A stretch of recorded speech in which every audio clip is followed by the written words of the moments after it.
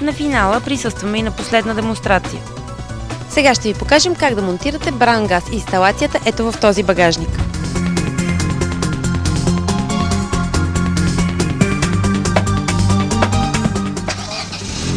Табаков смята, че скоро неговото изобретение ще бъде пуснато в серийно производство. Сигурен е, че цената му няма да е висока. И се надява, че името му ще остави следа в аналите на българската наука. Хрътките направиха официално запитване до Патентното ведомство на Република България. Получихме светкавичен отговор, че наистина са приети 6 заявки за патенти на Мирчо Табаков, свързани с браун газ. В миналото на негово име са били издадени още 4 патента, свързани с електроника и радиотехника.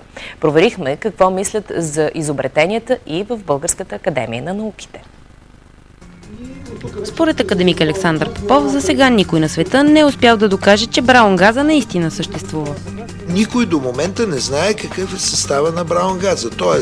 какво е съотношението между водорода и кислорода в оксиводородната смес, която е използвал нашия сънародник Илия Вълков, или както той после се е преименовал в Съединените щати, вероятно и по-късно в Австралия, Юл Браун.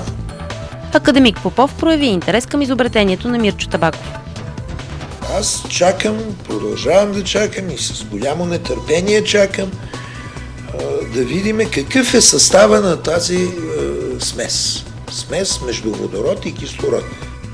Според учените в БАН, тази тема е от голям научен интерес.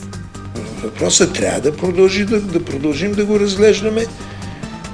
Аз нямам нищо против да се срещнем с господин Табаков и той да ми го обясни така, както аз чакам обяснения.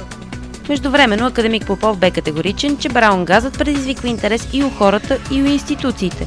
За него преди години питали дори от президентството.